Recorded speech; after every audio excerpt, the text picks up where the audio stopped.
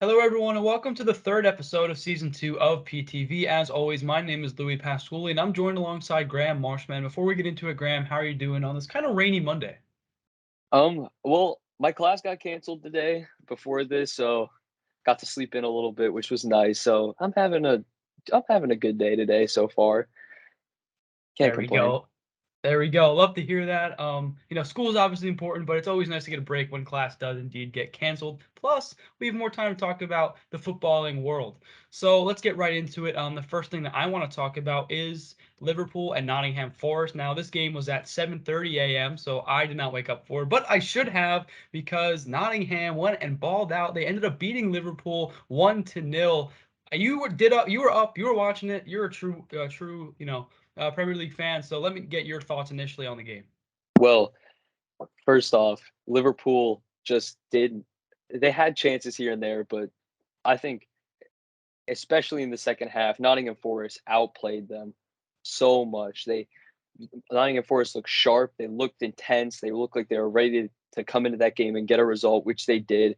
And Liverpool just didn't know how to respond in the end. They had their chances here and there, but a great performance from Dean Henderson in the baseball hat. Gotta love it. Nottingham Forest went out there and got the job done, got the 3 points, which they very much needed if they're going to be able to stay in this league. Yeah, and I watched the highlights, and you're right mentioning Dean Henderson with the hat on. I was like, oh, he's going to ball out. Sure enough, he had a great game. I mean, giving up 0 goals against Liverpool is, a great feat.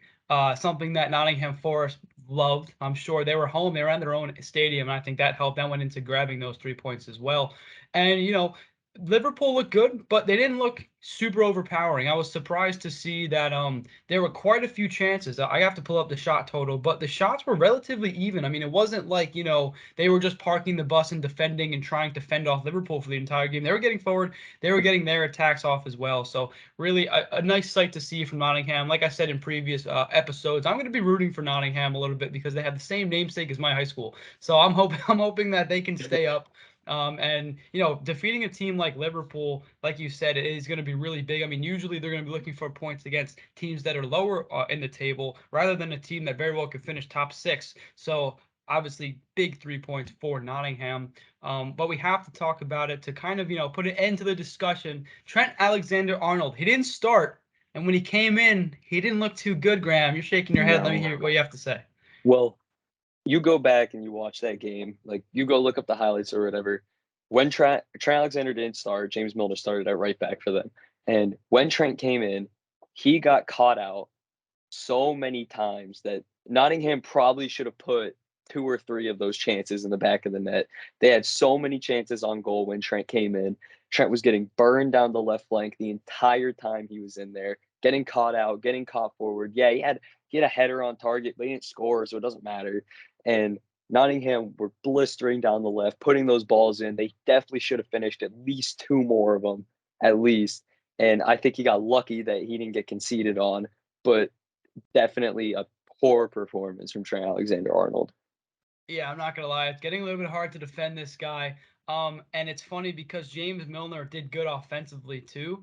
So meaning he basically had a really good all around game. He threw in some crosses which were nice, and also he was good defensively. And then they subbed in Trent Alexander-Arnold around like the 60th minute, and then just like 65 minutes, he ended up giving up a chance that almost led to a goal. So it was not very long that it took for him to get into the game and then eventually get caught out, like you were talking about. I think you might be right in terms of the position change. I mean, I'm not going to write him off. He's a talented dude, but nonetheless, I think moving him up to right mid or right wing could be the move because obviously it's not working out defensively, as we said. When I went back and watched the highlights, I was a bit surprised. I thought he would have me. I thought I was going to be saying, no, leave him at right back, but it's getting rough. This is not looking good for him. If he can't turn around soon, then we might not see him play right back for too much longer, especially on Liverpool is such a talented team, such high caliber.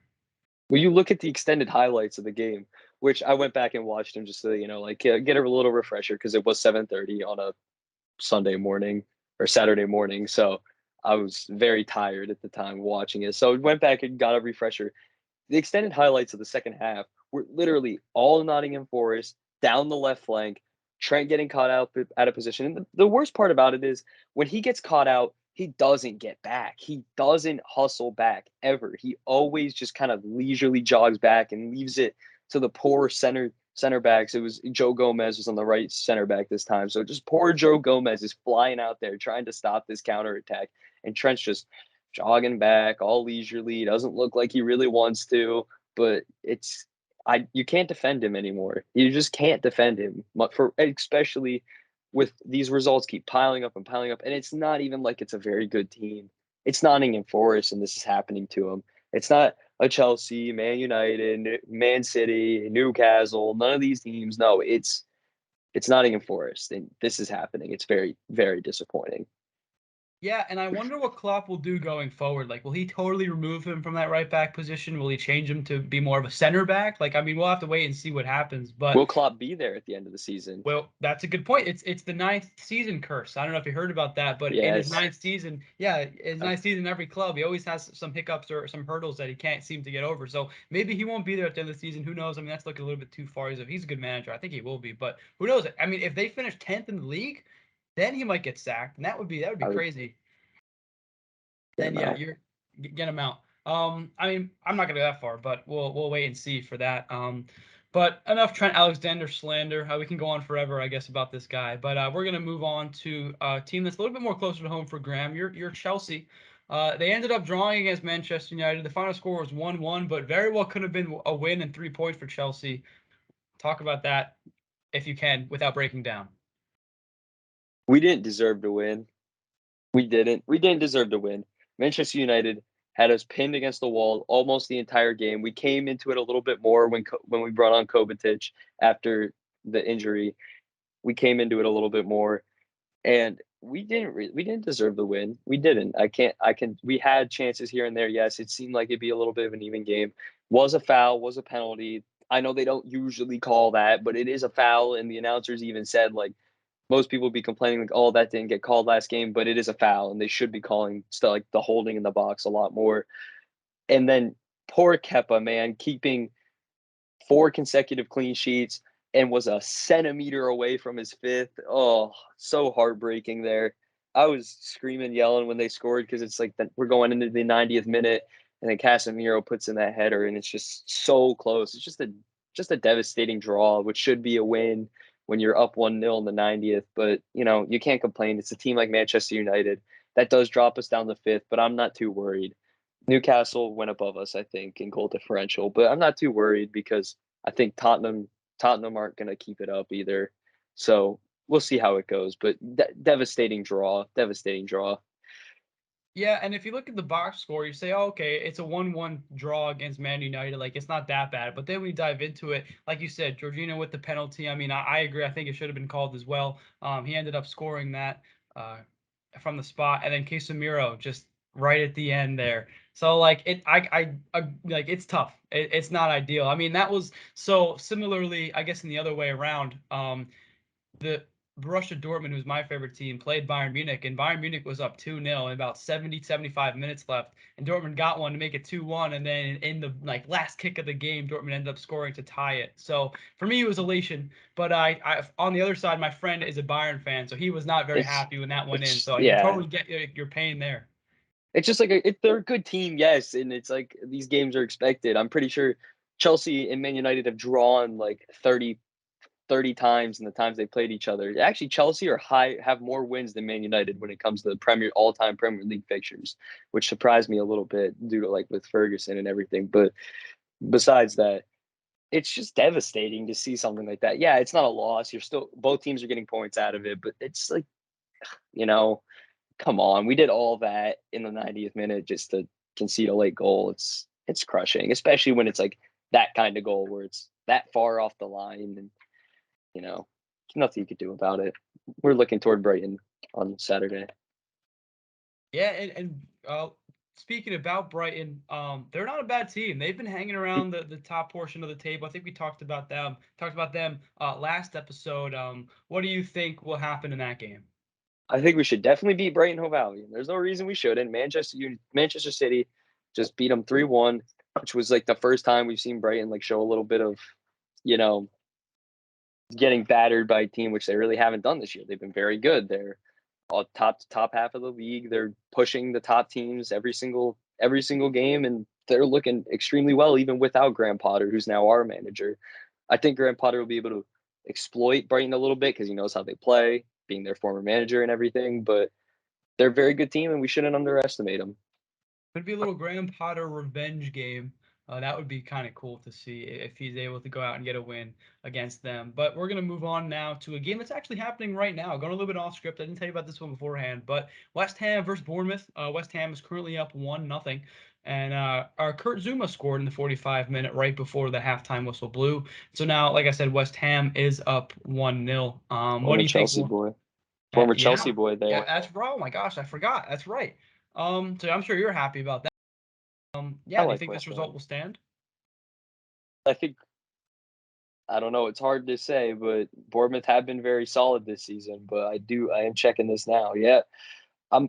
I hope for West Ham. I like West Ham a lot. I really like West Ham because the ties with like Declan Rice and his ties with Chelsea, and Kurt Zuma and his ties with Chelsea, and the fact that they're just like a homegrown Premier League team. Kind of almost a little bit more grassroots than a lot of the others. And I hope they're able to get some better results than they have been this season. Definitely. But another thing, Louis, which we didn't plan on talking about, Steven Gerrard being sacked, which I did say would happen in the first episode. I said Steven Gerrard would be sacked if Aston Villa don't start getting wins. And Steven Gerrard gets sacked, Aston Villa wins. Do you think there's a correlation there that they could finally get a good result after Steven Gerrard gets the boot?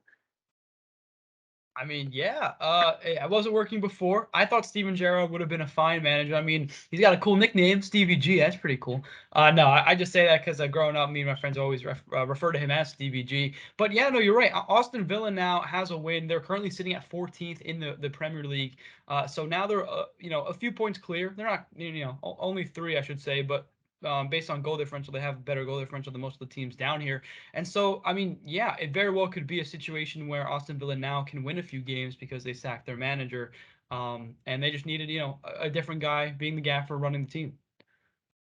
Yeah, I definitely think a new look was definitely the best for them. I said Frank Lampard was clear. He's working with the Everton team that looks a lot sharper than they did last year. They're doing their best, still sitting at 12th, but they haven't really got the funding that Frank Lampard probably would have wanted and brought in the new players that he would have wanted. But Steven Gerrard getting the boot, like I said, I knew he's not the manager everyone says he was. That was a lot of Liverpool fans that said, "Oh, he's going to be a great manager." Called it from the beginning. After that Chelsea result, I knew they were at least one result away from just getting him out of there because they need to stay up. I like Villa. I like them a lot, and I want them to stay up. Well, Graham, you're 1 for 1 on predictions so far, so that's a pretty good start. Early in this, I guess, Premier League season as well as this new season of PTV FC. But I just want to go back to West Ham for a little bit. You would have loved to hear me on previous PTV FC podcasts where I was just hyping up West Ham. It was basically just like I want these guys to play in European competition, Champions League, Europa League, everything. Get them in there. Ryan and Jimmy didn't like me too much for it, but I didn't really care. I was just really happy to see them, because it was a small club and they were having a lot of success at the time. And so I was happy. I was here for it. Antonio had one of the best seasons in West Ham history. I also had some like Declan Rice, as you said, and Sosek playing CDM as well. Like they were just a likable team, and I really liked rooting for them. And so now I have a soft spot in my heart for West Ham. So I will be rooting for them to get out and not be relegated. And this could be a big win, assuming they hold on. It's right now it's the 54th minute against Bournemouth. So I think that this team. I want them to stay up. That's it. I just want them to stay up. I don't want them to go down. That would make me look pretty bad then because I was very high on them just like a year or two ago. I don't think Brighton Hove Albion, or I don't think my bad, I was looking at Brighton. I don't think West Ham's going to go down. I I think they have the players to pick up some better form and keep collecting points, and who knows, maybe finish in the top 7, maybe get a place in Europa, the whatever the new league's called. I forget what it's called, but Conference League, get in Europa or the Conference League and get some European football under them. And I want Declan Rice to have a good season so that he comes into Chelsea with great form. Just saying, I'm hoping that that deal goes through. I've heard we're either putting in a bid for him or Jude Bellingham, and I prefer Jude Bellingham, honestly, but Declan Rice is a former Chelsea boy, so there's always a soft spot there. So we'll see how that all shapes out in the future. Well, speaking of Chelsea and acquiring players, Christopher Nkunku is currently leading the Bundesliga in goals. He's tied with 8 with two other players. And we talked about previously how Chelsea could be looking at Christopher Nkunku on RB Leipzig to come this summer. You said that the physical has already been passed and they've already in transfer talks with him. I want to transition now to the Bundesliga, where we're seeing quite a bit of unusual things happening. Currently, Bayern Munich is not top of the table. It's Union Berlin, who have been playing really well, but they actually did lose yesterday against Bochum, who was not doesn't have a lot of points. Might get relegated this year, so they're not unbeatable. And now Borussia Dortmund is not Borussia Dortmund, excuse me. Bayern Munich is catching up a little bit. So give me overall thoughts on the Bundesliga so far. Bundesliga has been very shocking to me. Union Berlin, yes, they finished in a Europa League spot last year, but no one expected them to be in first place this year. No one expected them to be in first place.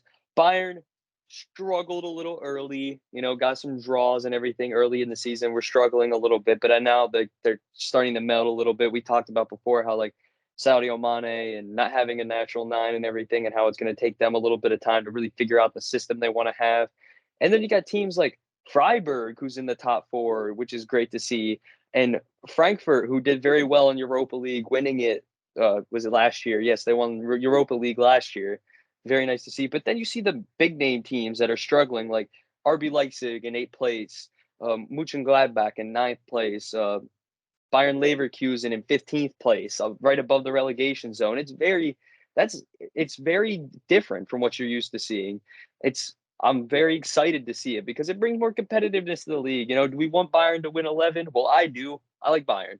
You don't. You're a Dortmund fan who are currently sitting in 5th right now, I believe, but they're only 4 or 5 points behind. So doors wide open in the Bundesliga right now. Doors wide open for any team to come in there and snag that title, which is great to see. Not this Bayern blowout every year. I like the competitiveness. Right, I agree. And personally, I would love if a team not named Bayern Munich won the Bundesliga because then everyone could stop talking about how it's a farmers league. I really hate that comparison. I think it's better than Ligue 1, and 2, I also will say that German teams do very good in European competition. As you just said, it was a German team that won the not the Champions League, the Europa League last year. And so, like, I don't understand why people keep saying that Germany is a farmers league. It really isn't. I mean, of course, Bayern wins like every freaking year, but aside from that, it's I don't think it's a farmers league. It's really competitive, as we can see, and this is how it is mostly in the beginning of the year. Like I would say, the first 15 match days, right? Bayern is either probably winning or like in the top 3, but they're not 10 points ahead by now. It's not like, oh, it's out of the question. Bayern is totally gonna win this league. No. Like there's competition. You said Dortmund is down in 5th. I think we'll see them move up a little bit, but Freiburg has been playing really well. Eintracht Frankfurt also have been playing really well. So I'm just excited to see how this all plays out. Yeah, seriously. Well, you see Dortmund in the Champions League right now, looking very good in their group, getting the God, how did the Manchester City game go? I forget now. They It drew. was they drew, Well, yeah, against Dortmund.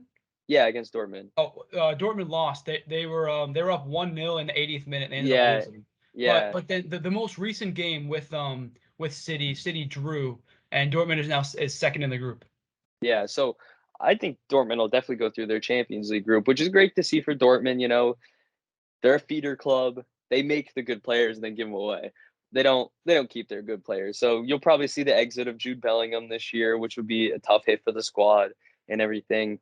But it's good to see the competitiveness of the league. Like Mainz in 6th place, looking for a Conference League spot. Hoffenheim right up there with all the other teams. It's really good to see. The only thing I'm so sad about is Schalke in 18th place in the relegation again.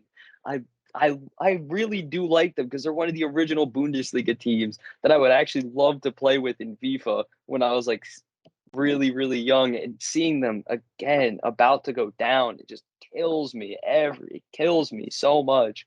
And also seeing Stuttgart after last year winning on the last day to be able to stay up, seeing them down in 16th place, like right where they started, It's come on. It's very disappointing to see from Stuttgart and Schalke, but it is how it is. Now, I can understand liking a team that used to play in FIFA as a kid because that's like one of the only reasons I like Inter Milan over in the Italian league because I used to play as them all the time and they were one of my favorite teams. But Schalke is Dortmund's biggest rival, so I would not mind them going down. They still haven't won a Bundesliga title in all those years, despite being an original Yeah. Bundesliga team. So it's a little point in the rivalry that I can harp on. But I will say though, financially, and this I'm getting way off track here, but financially, Borussia Dortmund and Schalke have helped each other in various occasions. Like when Borussia Dortmund was going to go down, Schalke then gave Borussia Dortmund money so that they had enough to fuel the team and then eventually get back into the Bundesliga. And I would suspect the same thing happening here. Whereas if Schalke goes down, then Dortmund would give them money financially to help with the cuts of costs that they're going to have because they're not going to receive as much not being in the Bundesliga. So although I like to see them go down, I still think for the rivalry purposes as well as for the Bundesliga purposes, that's one of the biggest match days. I think, if not the biggest derby.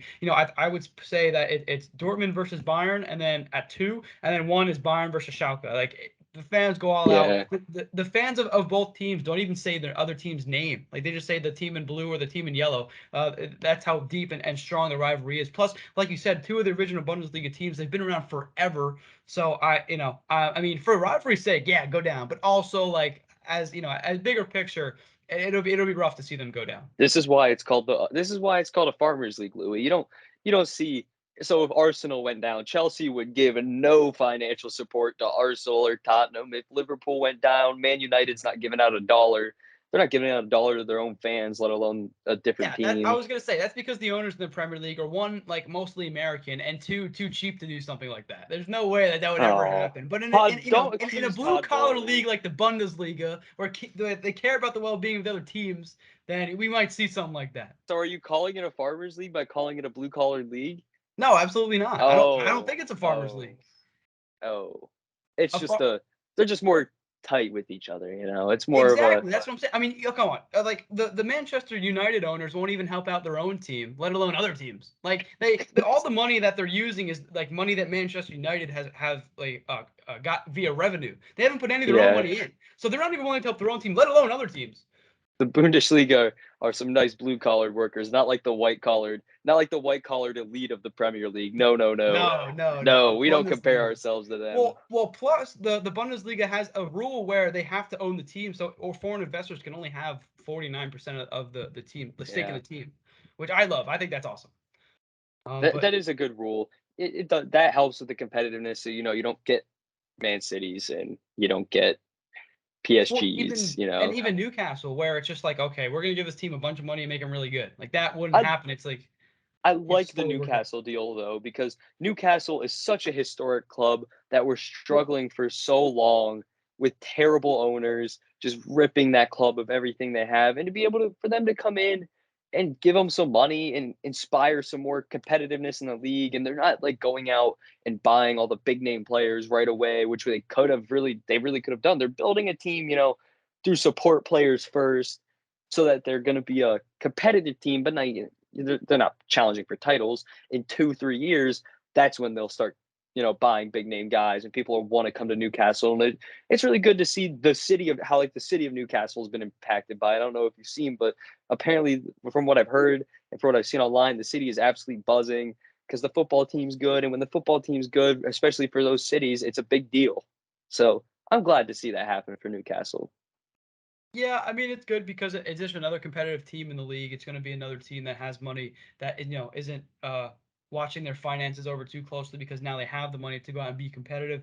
But that is all the time we have for today. Make sure to tune in next time to keep hearing us argue and bicker over various things in the world of soccer. But it's always in good fun. So for Graham Marshman, my name is Louie Pasculli, and we will see you next time.